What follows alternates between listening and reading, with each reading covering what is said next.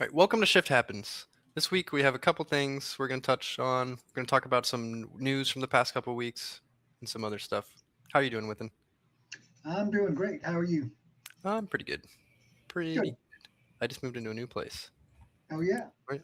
So firstly, Trump welcomes the Chinese in a speech he gave at a Detroit. I think it was a Ford plant. That's interesting. And then Honda's. It's kind of a new logo. They already used it on some electric vehicles, but they're going to move it and they're going to be using it across the whole brand for brand consistency by 2027. I think they said. And then we Yep. got auto sales in 2025 matching 2019 sales. Volkswagen's New Year's resolution, which I'll keep a surprise for now. Every car model that is discontinued in 2026. We're going to take a look at all those. Some of them are, it's sad to see them go, to be honest. Some of And them just got canceled. yeah. And then there's a Rivian recall. I think it's about 20,000 units that they had to recall because of a service issue. And then we might look into some other things as well. Yep. And we have a game as well at the end. Oh, I like games. Yeah, me too. All right. So firstly, there we go. Trump signals openness to Chinese automakers in Detroit address. I think I remember him saying specifically, let the Chinese come in," or something like that. Yep. And before you get really frightened, what he's doing is in a callback to when Volkswagen started building cars uh, in this country back in the 70s, and then Honda came in the early 80s. He's inviting them to build factories and employ American workers to build Chinese cars here. Hmm. Just like a lot of the cars, for instance, that Buick sell in China, uh, the cars that Buick sells in China are built in China. Hmm. And so he's inviting them to do the same thing that the Japanese and later on the Europeans did in the United States. I mean, of course, Honda was the first to have a lasting presence with their factory in Ohio. It built the Honda Accord, and then Toyota came and they first joined up together with General Motors with the NUMMI plant in California, but now they have plants across several states in the South, especially, and Mercedes, BMW, yeah, Hyundai, everybody's here. Hmm. Do you think that American automakers or anyone that's selling in the U.S. are scared about the competition? It's pretty early to see. I mean, the overall mass size of the Chinese automotive industry is frightening to American and, truthfully, Japanese and European car makers.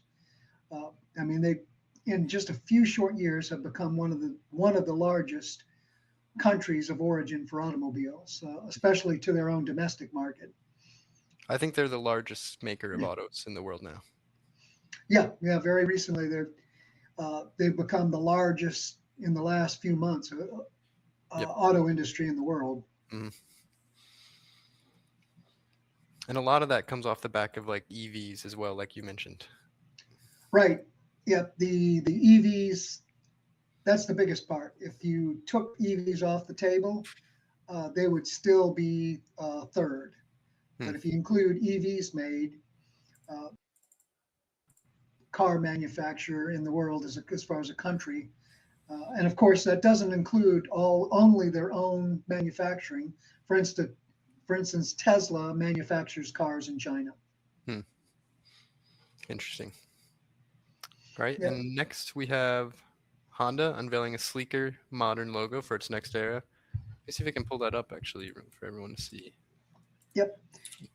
And although the new Honda logo has already been out there, it hasn't been put on a production vehicle yet. It's been on a couple of their electric vehicles, which are prototypes and/or concept cars.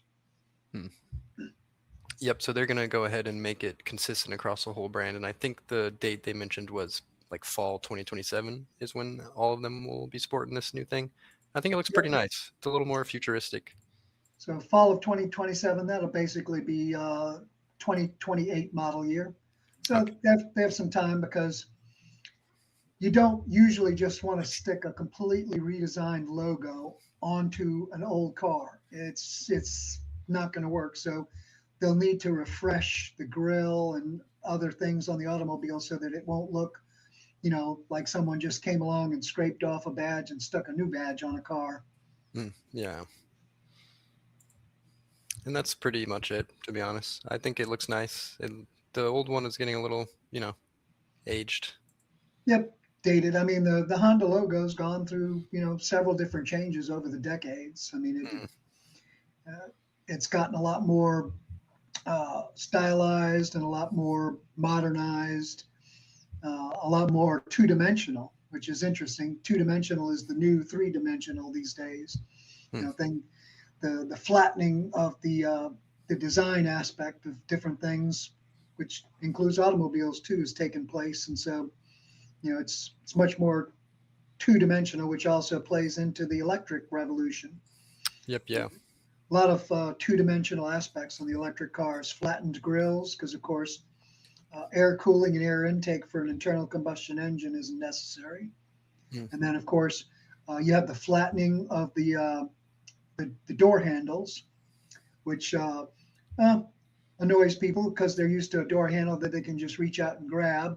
But it's somewhat important to get that last little bit of coefficient of drag off of the table to Mm. help extend range. That makes sense. I never even thought about that.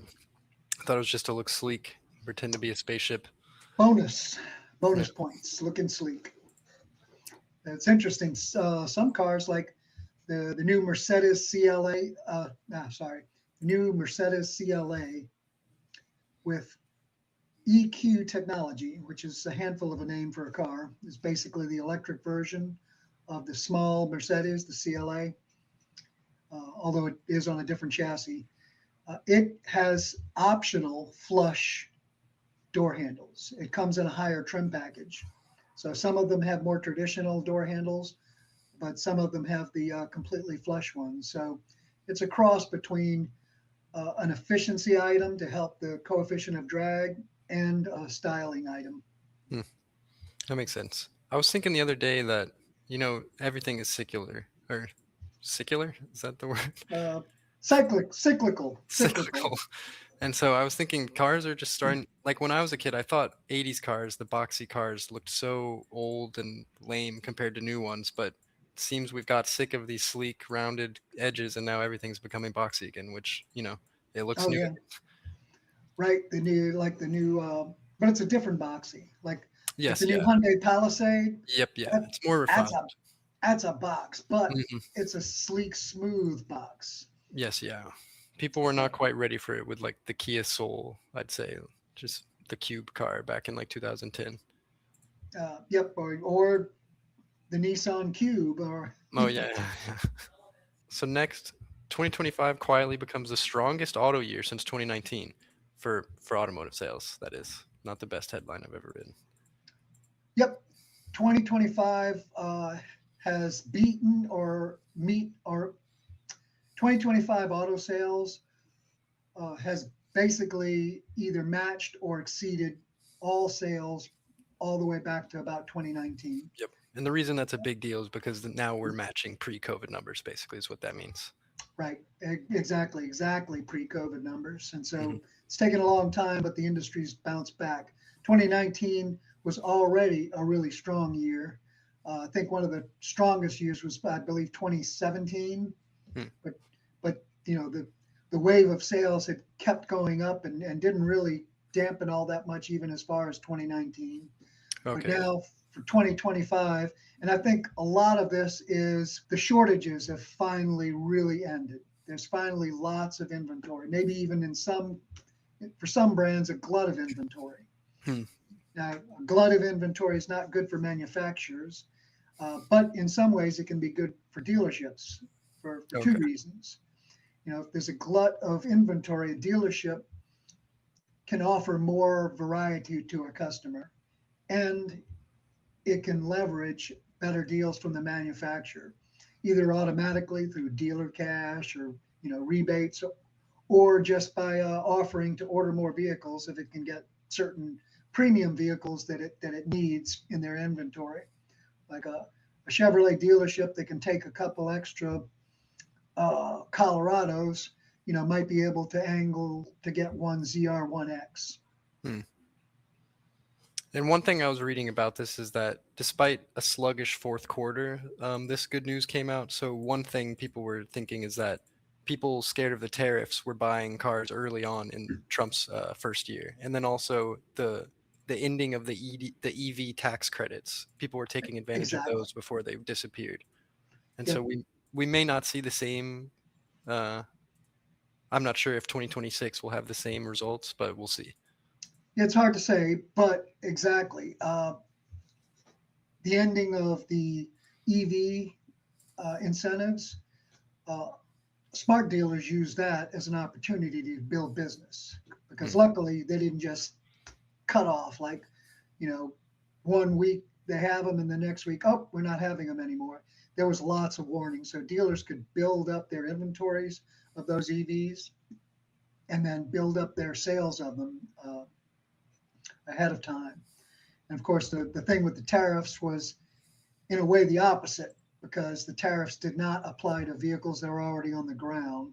So a BMW dealership that had, maybe 25 3 Series or, 50 X3s uh, on the ground when the tariffs hit, those were still under the old price. And so they could sell that as an advantage. Here, buy this X3 that we have right here, right now, which is once, because the next one's coming in 2 or 3 months. They're going to mm, be a few $1,000s more expensive. yeah.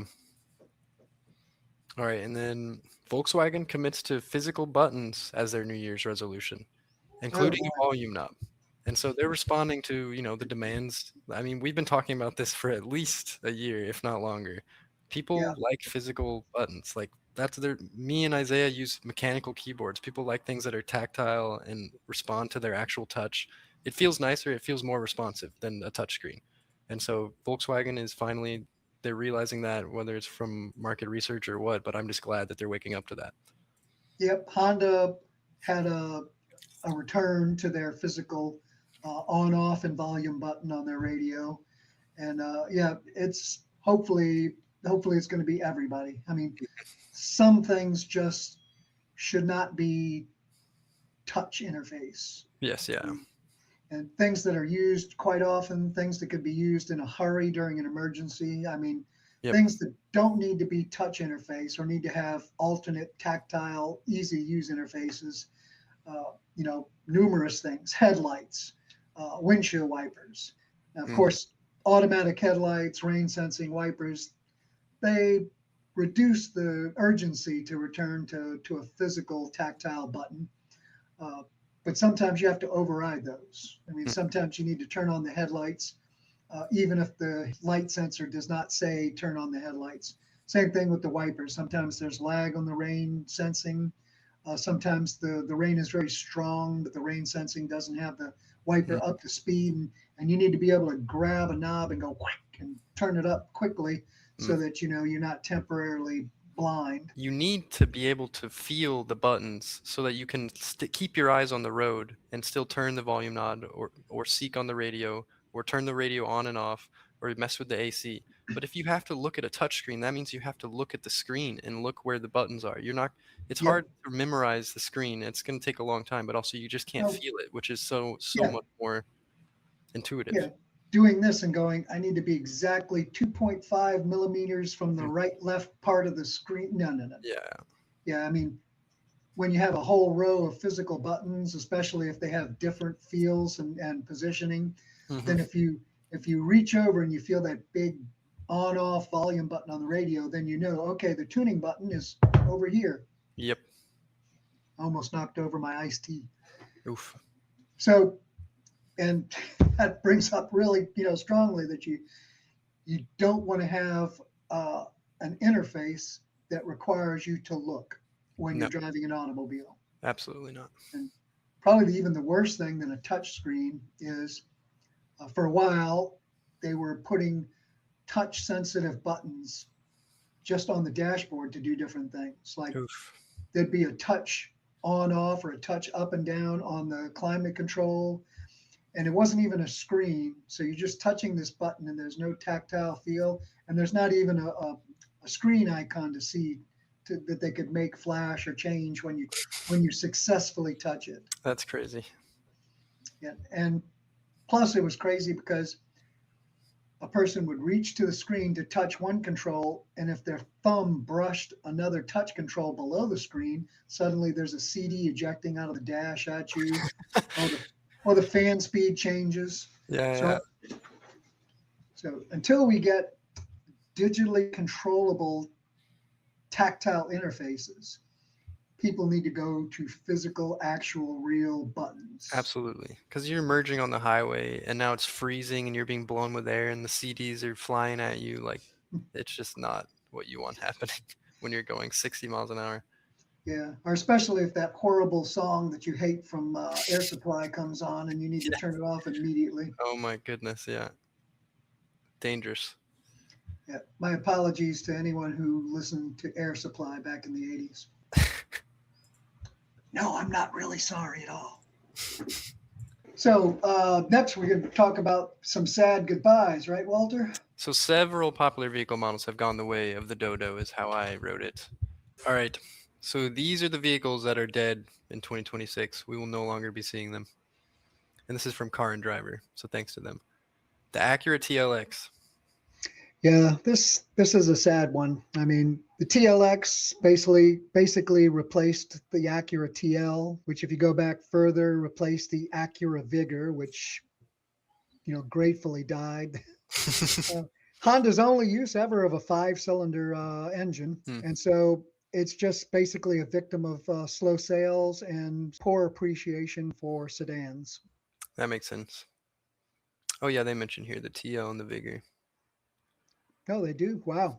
Yep. And they also I, say I now didn't read Acura the article. I showroom came up with that on my own. is yeah. Acura showroom is now pretty much just SUVs, it's saying. Yep. Dang. The Audi A4 is gone. I did read this and I forgot about that. Not Iron Yep. Man's car. Yeah. The Audi. Yeah. The A4. I thought he had a no. Iron Man. I thought had. Well, it's also a discontinued vehicle. It was the Oh man. Oh, it's this R8. Yeah. Iron Man Oh, I drove think an you're right. R8. I Yeah. think you're right. Yeah. Sports car. Yeah. That makes sense. Yeah. He wouldn't be caught dead in a little A4 Yeah, this sedan. I is mean, what it's Pepper was driving around in his secretary. yeah. That's what the guy who drives an Altima gets when he gets a few more $100 in the bank. It does look like an Ultima. It's actually smaller than an Altima. Okay, that makes sense. So yeah, Yeah, do it's they part of a say why? huge mix-up. Hmm, Audi's everything is getting confusing at Audi. hmm. Uh, yeah, it's going to be a big thing. Like even numbers are going to be dedicated EVs, or at least that was the plan if they Wait, haven't they're doing changed it. codes? Okay, Yeah, exactly. that's So awesome. right, it's very hard to determine what's going on. So Customers are gonna understand that definitely. yeah, and especially since they change their mind every few years. Yeah. All right. It says their initial reasoning was they wanted, yeah, they're just changing the naming schemes and whatnot. Yep. All right. The Audi Q8 e-tron. I mean, I can't say I'm too surprised about this one. Less surprising than the previous two. Yep. Uh, Basically, I wouldn't even call it a culling of an electric vehicle. They're just juggling things around. Okay. I It looks mean, like they're closing the factory that makes them. yeah, you have the Q6 e-tron, Hmm. and at least for now, you still have the gasoline Q8. So yeah, like I said, very confusing. Yeah, definitely. I mean, that's an interesting name, Q8 e-tron. Yep. So the Q means it's a sport utility. Really? The Okay. the the number is its relative place in the line, and like I said, uh, the fact that it's an even number at least tries to telegraph that it's electric. Okay. But because that they weren't consistent with that, because there's still a gasoline Q8, then the e-tron It's like, nails it down. It is electric. it is electric. There's an E in Is there. electric. And so A models are sedans, or they can be wagons, or Okay. they can be coupes that have four doors and a hatchback. So anything except an SUV, I guess? Yeah. Well, or a sports car. Okay. Oh, okay. What are those? The Well, those aren't consistent, and there are none right now. So Oh, dang. the basically you had the TT, which was Okay. named after a famous race, and then you had the R8, which just meant, well, it's racy Mhm. and it's expensive, so we'll put a big number on it. All It right. would have made a lot more sense to have the R8 named the R10 since it was available with a V10 engine, but yeah, Oh, dang. that would have made too much sense. Yeah, all these numbers confused the hell out of me when I was a child. I thought, I don't know. Oh, I'm 60 and they drive me crazy, Yeah. especially if they want to change them all the time. The BMW X4 looks like it's gone. Won't be Yep, seeing those. that's a victim of there are too many BMW sport utilities. Hmm. And you just, you can't keep track of them. The X4 was the interesting combination of an X3, but with the swoopy styling that destroys most of your cargo room of an X6. So, uh, yeah, there's just too many BMW sport utilities. Do you know how many BMW sport utilities there were when Advanta-STAR was started in 1991? One or none? Zero. That's right. There were none. Yeah. Anyone like from BMW in the 70s or 80s would have been really embarrassed to have sport utilities, but That makes sense. Yeah, it seems like Porsche and BMW are really leaning into SUVs right. lately, especially And Porsche. there were the caches for multiple reasons. Hmm. So what we got next? The Cadillac XT4, which Yep. And that's not going to be sad to see that go at oh, all. It's basically a Cadillac badge on a Chevrolet Equinox. okay. And so there used to be two engines in the Equinox. They used to have a 1.5 turbocharged four cylinder and a 2.0 turbocharged four cylinder, which was available on the top trim level. So what happened is Cadillac in the XT4 got custody of the big engine, Hmm. and then the Equinox became, I'm sorry, Equinox? Now I've confused myself. Yes, and so the Equinox got custody of the small engine to itself. Hmm. Now, it'd be nice if they put the 2-liter turbo back into the Equinox as an option, like it was in the GMC Terrain. Also, the GMC Terrain also had those two engines, and to give Cadillac the breathing room for the XT4, they took away the 2-liter turbo option from both of those. So those were the three twins, basically. Hmm. Triplets. Yep, yeah. Oh, so we lose the XT4, we lose the XT6. Yep, XT6, another badge job. That was the GMC Acadia slash Chevrolet Traverse slash Buick Enclave Hmm. badge engineering job, basically. And when they redid the Enclave and the Traverse with their new 2.5 turbo four cylinder engine replacing the six, they just decided not to redo the Cadillac. Hmm. That makes sense. And then we got the Chevrolet Malibu, which that's kind of surprising to me, but I don't know much. Surprising and unsurprising. Hmm. The Malibu was a nice car, but then so is the Impala, and the Impala's been gone even a little longer than the Malibu. Hmm. But it couldn't really keep up and compete with Honda Accords or even Hyundai Sonatas. They tried they really tried a good game on it, but and so it just became a victim of being relegated to fleet sales. Hmm. I like a Malibu.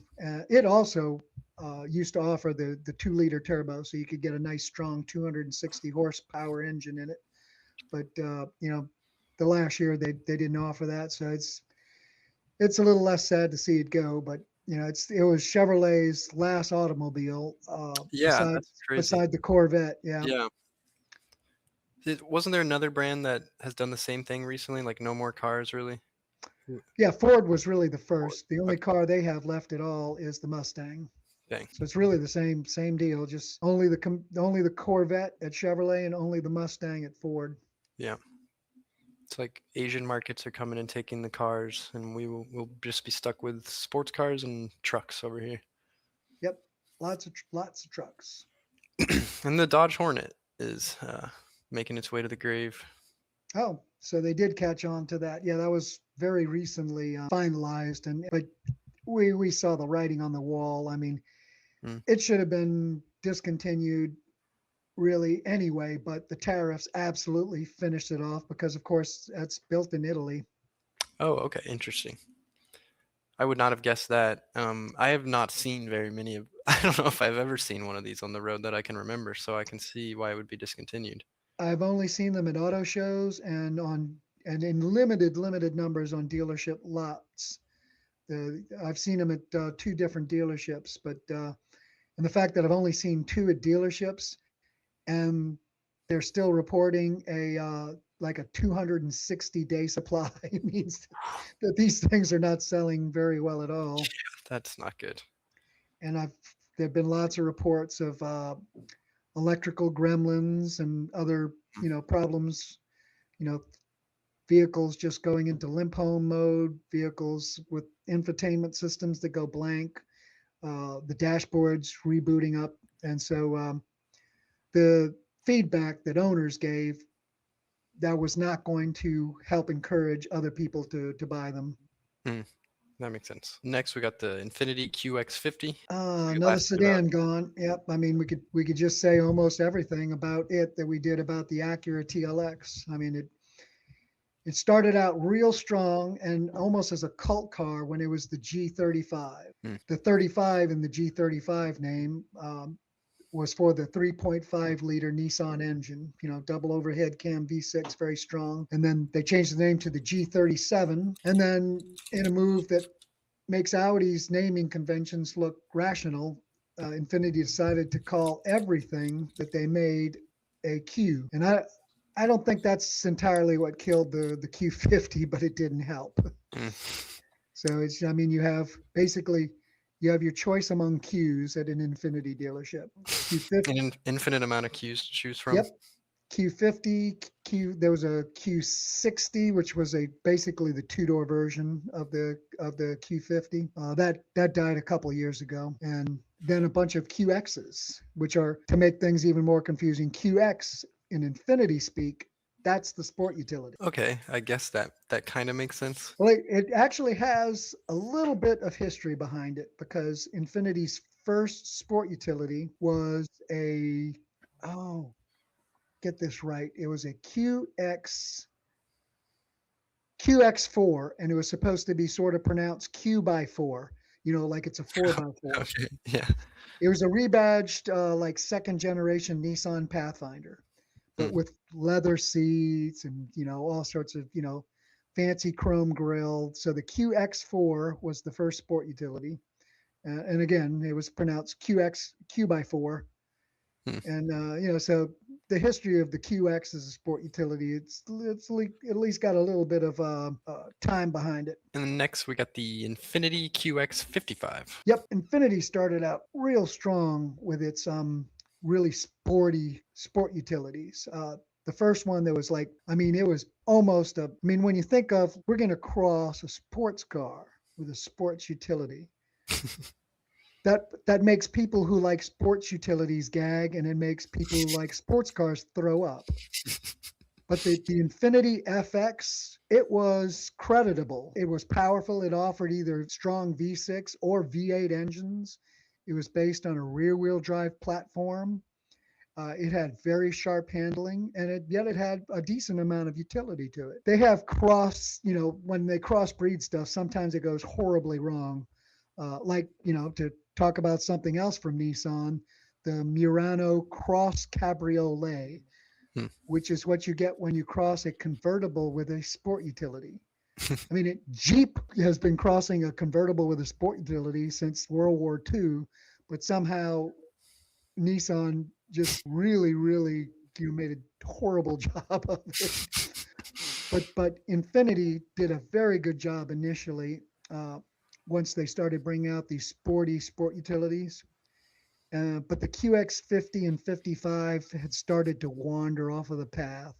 and Hmm. they were not as really sharp and focused. First of all, they were based on a front drive platform versus the FX, which was based on a rear drive platform. And, from there, they replaced V6s with turbocharged four cylinders with an innovative variable compression ratio engine. Cool stuff, but still, cool stuff doesn't necessarily mean this is a great vehicle. Okay, this is a trick. Yep. So lastly, we got or not lastly, but getting close. We got the Jeep Wagoneer. It's a trap, or it's a trick. Yep, that they threw in a phony there. The Jeep Wagoneer was like the darling of the swimming pool, both old and new money back in the 80s. Hmm. I mean, you'd have a Mercedes and you'd have a Jeep Grand Wagoneer. That makes sense. And I mean, this was a body on frame beast with a, 360 cubic inch carbureted AMC V8. And it was anything but modern, but it was old style class. Yeah. It was the original four-door sport utility. Hmm. It was the original, except maybe, well, I'd have to look, maybe the Suburban, but it was very highly regarded. And so Jeep finally brought out a full-size sport utility in modern times with the Wagoneer. And so they brought it out in two different tiers and two different lengths. So you had the massive Jeep Wagoneer, and then you had the massive plus, an extra foot plus Jeep Wagoneer L. Hmm. Oh, okay. I think I remember that. Then, if if you didn't want to look like a plebeian, that was barely scraping by on your $250,000 a year job, you got the Jeep Grand Wagoneer, Of which course. brought you up to basically over 100K. And so it's a trim level. So Wagoneer was the base model, which came originally with a Hemi V8. And then the Grand Wagoneer originally came with a bigger Hemi V8. So you got the Hmm. 5.7 Hemi in the Wagoneer. You got the 6.4 Hemi in the Grand Wagoneer, which, is, you could imagine, had fuel mileage, which evoked the days of the original Grand Wagoneer. Mhm. Yeah. I mean, uh, on paper, the new one got better gas mileage than the original, but not a whole lot. Hmm. I Now, can't remember exactly what mileage I used to get in that Mountaineer, the Mercury oh yeah, Mountaineer. I can't. It was like 16 miles per gallon, or maybe sometimes it was like it had a calculator that would go up and yeah. down depending on how you're driving, but sometimes it was like 11 miles per gallon or something. Oh yeah, that sounds about right. Yeah, That thing was nice, so it makes sense that it was not getting the best mileage. Had like and a and so they've upgraded the power plants to the Wagoneer. Just a mm, year or two after it came out, they introduced their new Hurricane six-cylinder. Now I got to watch myself, and everyone else has to watch themselves because everyone says V6 because that's like, I don't know. It's like V8. I mean, they seem but it's an inline six-cylinder. oh, okay. The first one that Chrysler has had really since, I almost said the slant six, but actually Jeep had the high tech 4.2 liter six-cylinder that made its way into the 90s. But this is a completely modern double overhead cam, twin turbocharged six-cylinder Did that we talk comes. about this on a previous episode? Or is this Uh, another company bringing back the inline six? no, this is the one. Yeah, this is the one we talked about, and we also, yeah. Definitely surprised me. I didn't know that was ever a thing, really.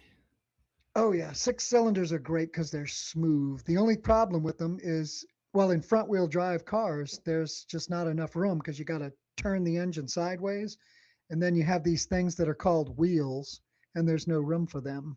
Hmm. And so you have to either put the thing in front of the wheels, which basically makes the thing a lawn dart, or back behind the wheels, which basically means you have a hood that's just as long as like an old Cadillac from the 70s or from the 30s. But now that things are going back to rear wheel drive, we have inline six cylinders coming back because they're great for width They're great for smoothness. They're really great for emissions and lots of other reasons. And so, but like I said, this is a false flag from Car and Driver saying that this is discontinued because it is not. The Wagoneer got a mild refresh for 2026, and the Wagoneer name is now dropped.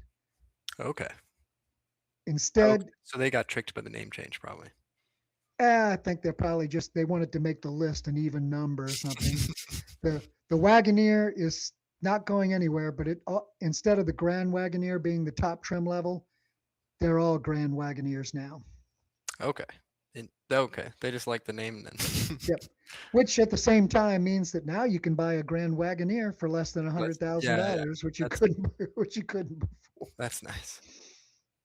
All right, what's next? We get the Karma Rivero. Hopefully I said that right. I don't think if you wanted to, in any time in the past 2 or 3 years, you could have bought a Karma. Okay, yeah. That makes It's sense. just that now I've it's never like more When was the last official, time I maybe. heard this? Yeah. And then we got the Kia Soul, which we just talked about. That's sad. What? I didn't realize Yeah. that Yep. happened.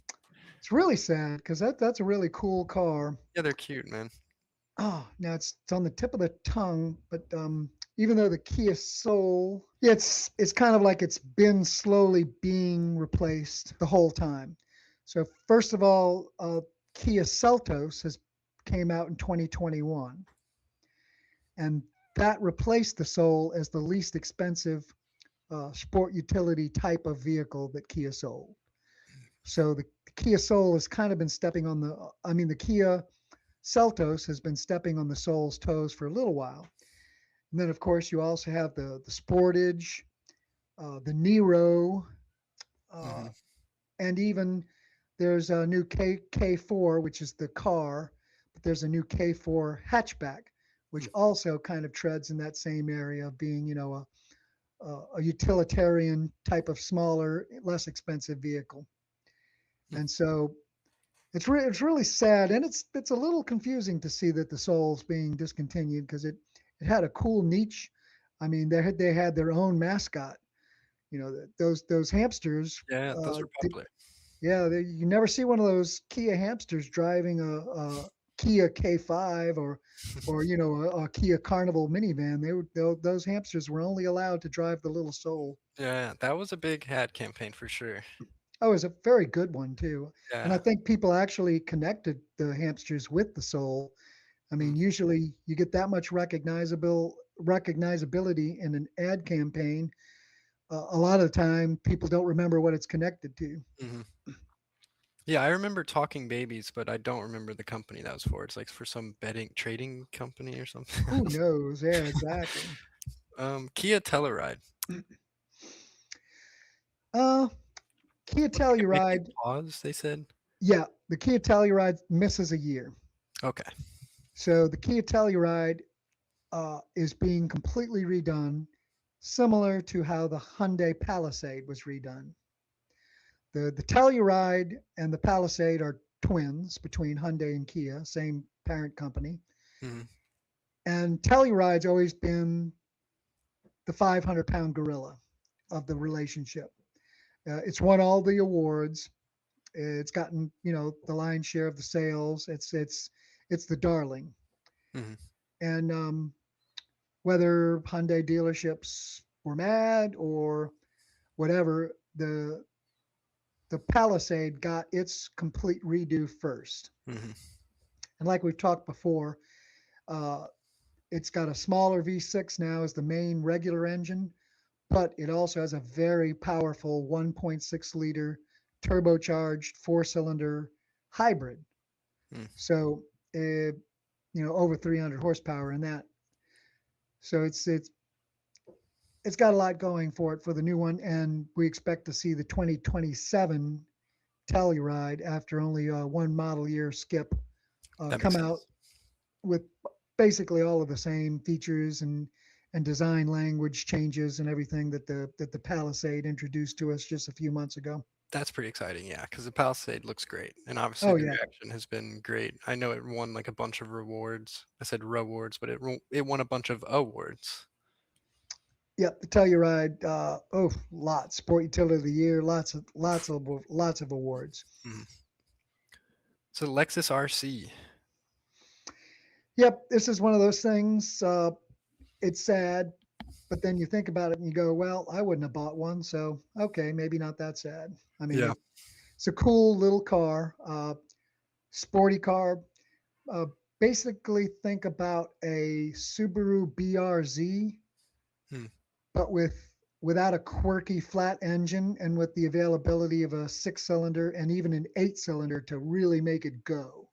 Dang. So it's like a severely upmarket, but it was a little compact, great handling, little sports car, Hmm. and it just yep, Looks sad to pretty see it cute. go. How much did it cost? It started about 46,000. Okay, yeah, I wouldn't have paid that much for it. Yeah, exactly. Yeah, that's what I'm saying. And then if you don't count the hot rod model, it could go as high as 54. Okay, yeah. Looks like we lose the Nissan Ariya. Is that how you pronounce it?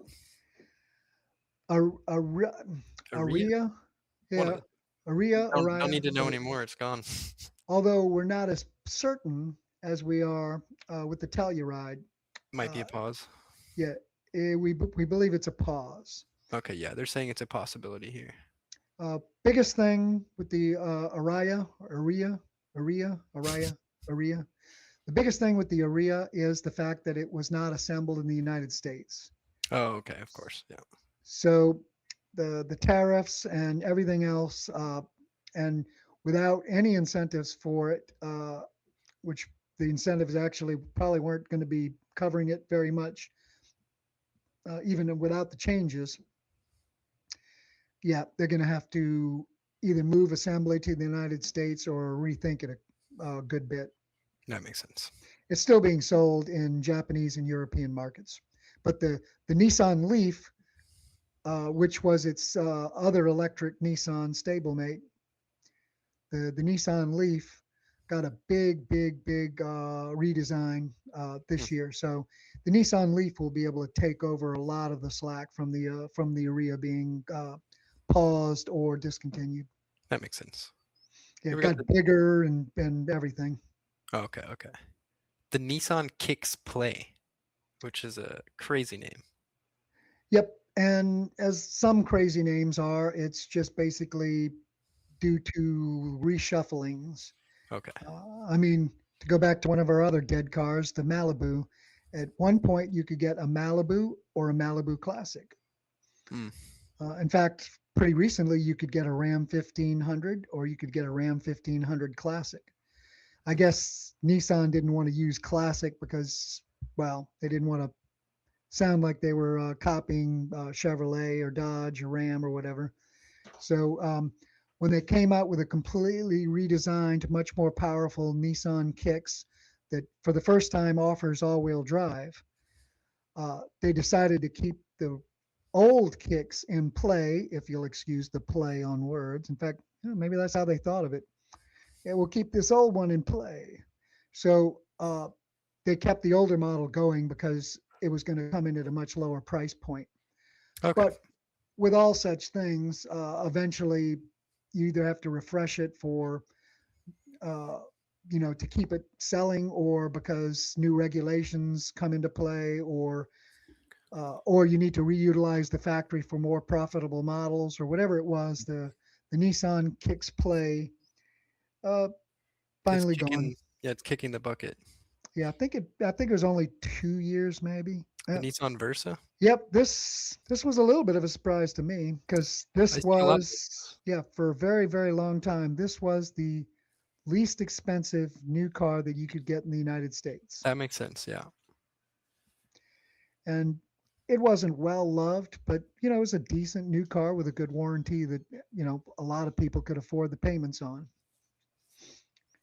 And I imagine it's both a victim of uh, tariffs because the Versa is not assembled in the United States, but also a victim of lack of profitability because when you're selling a car, significantly under 20,000 these days, that that's like selling a sandwich for 75 cents. As Mm. you after you buy bread and bologna, you don't have much margin there.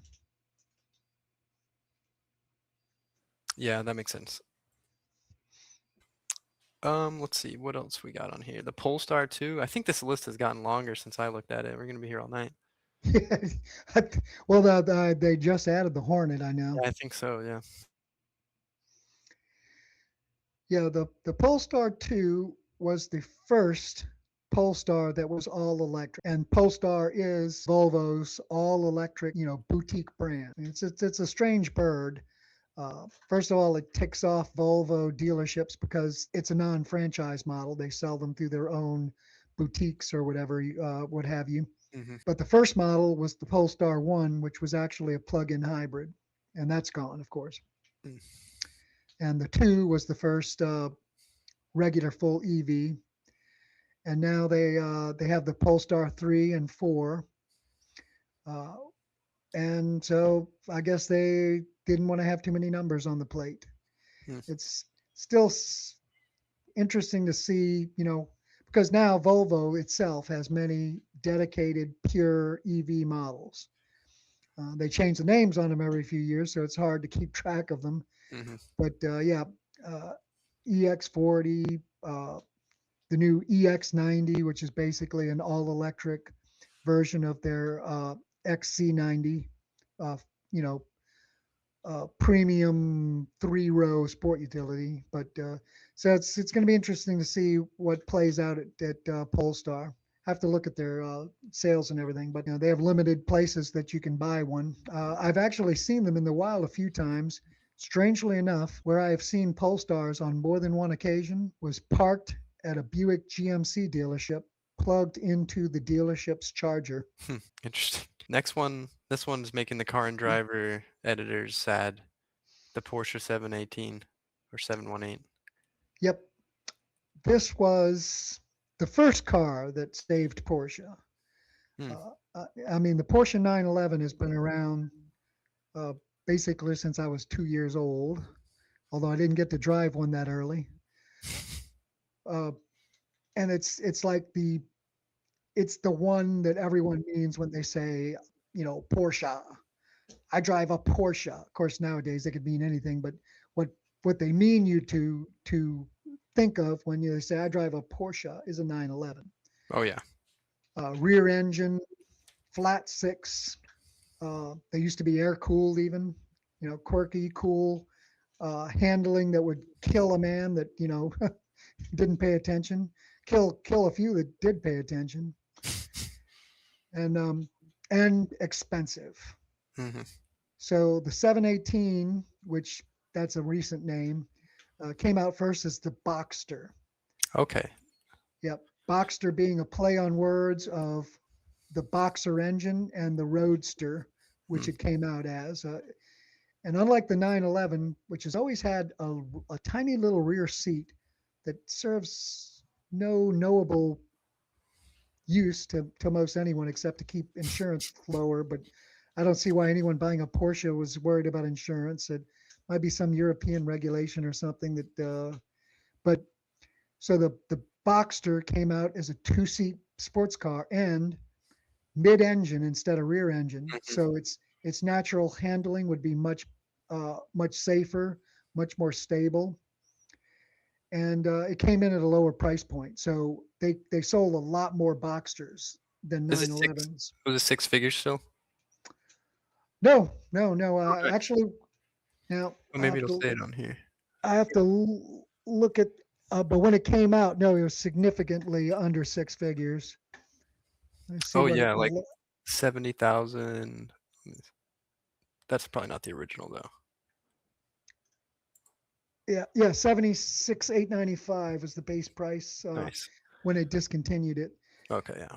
Uh, but yeah, it's much less. I want to say 40,000, maybe under Oh wow, 40,000 yeah. If even. I could get a Porsche for 40K, I would.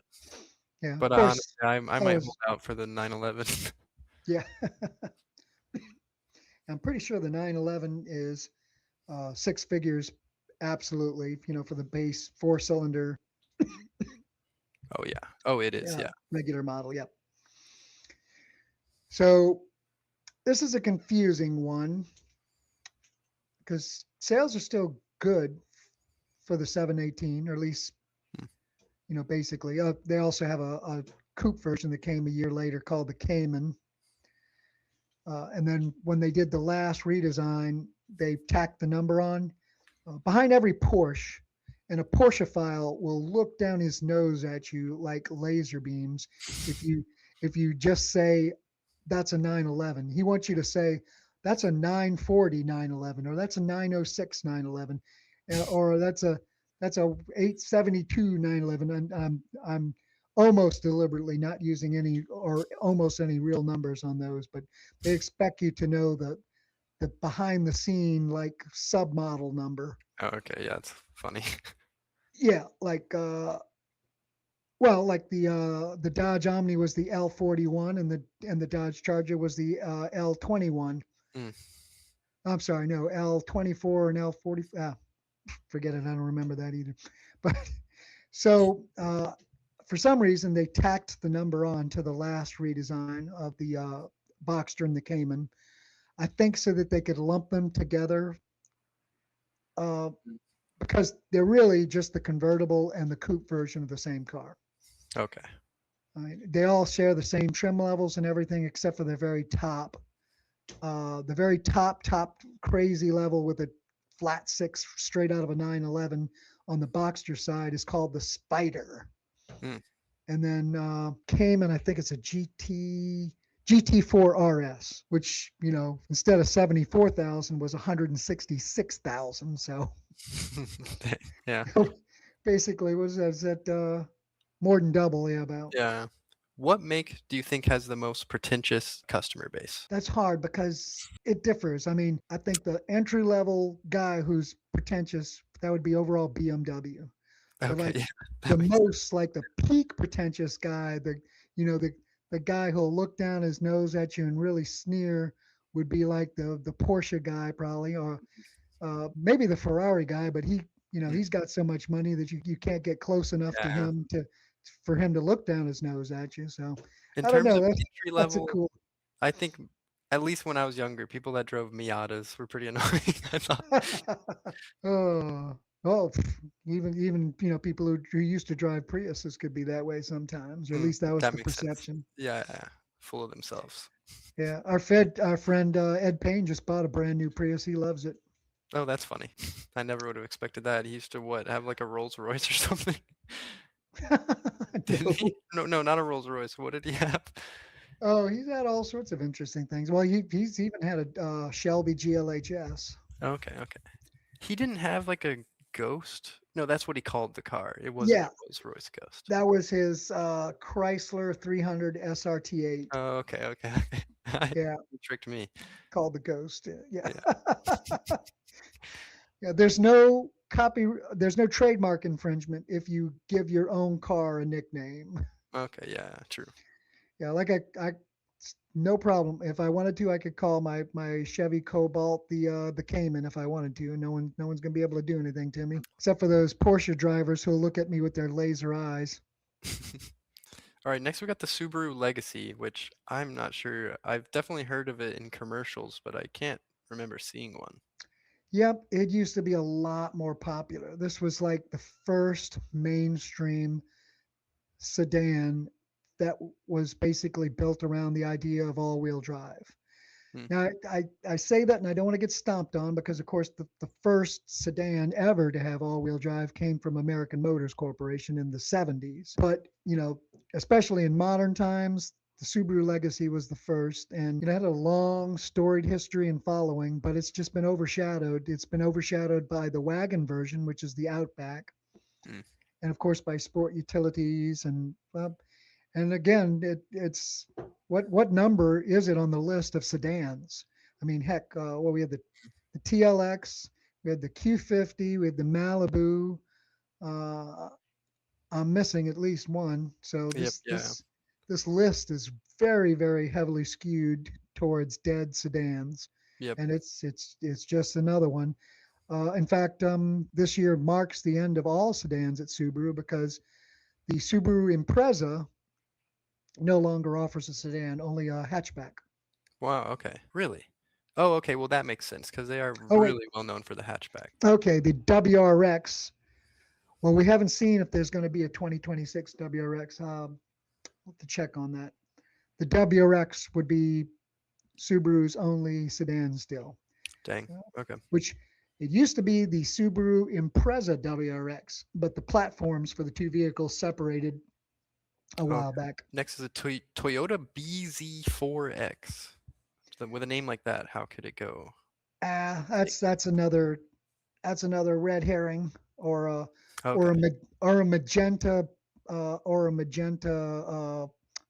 haddock or Oh it's yeah, it a looks like they're changing the name. I yeah guess. it's just going to be the BZ, Yeah. and that represents not only the fact that BZ4X was a crazy ass weird name to try to remember, but also the fact that the BZ4X is now offered in two-wheel drive, and Hmm. the 4X part of BZ4X stood for all-wheel drive. So Okay. Yeah. so it's just the BZ now, and it did get a refresh for 26. This vehicle got a lot of buzz, pun intended. The Volkswagen Yep, ID Buzz. I just saw one of these parked on the street yesterday, I think. really cool.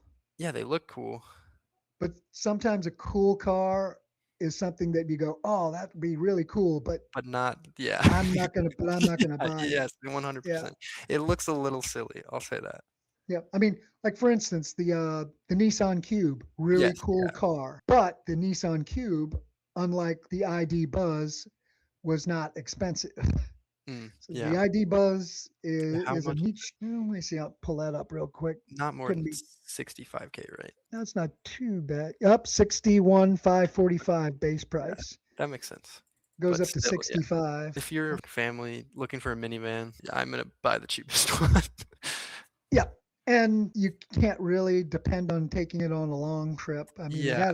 it had a good range. Let me see what the range was. I have that right here. It had a oh no, never mind. The top range was 234 miles. Yeah. And not that great. Car and But Driver is thinking that they might come back in 2027, but they're not sure. yeah, they're they sell a different version in Europe, and that version is still going strong. Okay, that makes They sense with they Volkswagen. made a specific version just for the United States. Hmm. I mean, obviously you can guess what the difference was. It's a little bigger. Yeah. That's funny. My Bud Light belly wouldn't fit behind a European Buzz Yeah. steering wheel there. If they had made it bigger, it would have worked. They wouldn't have to cancel it. I have never actually drank Bud Light that I do recall. I'm in St. Louis, so I can't disrespect them. They'll come for me. So the Volvo S60, which I thought this thing here, I thought that was a spoiler, but it's just a reflection. Makes Yeah, it makes it a little less understandable. yeah, yeah. The S60 in one form or another has, I mean, you can take its lineage all the way back, maybe even to like the Volvo 240 back in the 70s and 80s and stuff. And so it's really sad because, again, not only is this a sedan that's gone, it was a pretty nice sedan, but it had several things that, for one thing, it's built in China. So it was not going to work with tariffs. Yeah. And just it's a victim of being a sedan. Although now with all these sedans gone, maybe someone can come out with a really good sedan and it'll be successful. Yeah, possibly. Like people might get a craving for them again. Yeah, but even the S60 nameplate itself goes back pretty far. Almost. I think the S60 nameplate might even go back to the 90s almost. Mm. Not quite, I don't think. And I think this is our last one, the Volvo S90. So Yep, and that also brings up the fact that Chinese built. Volvo is sedanless. Yes, that was Okay, definitely. I think that was the first uh, Volvo to be built and assembled in China and sold in the United States. One of the first cars, period. yeah. Dang. Yeah, it says the moniker dates back to 1997. S90. Yep, it was. Oh, in fact, cool story. Every story with me is cool.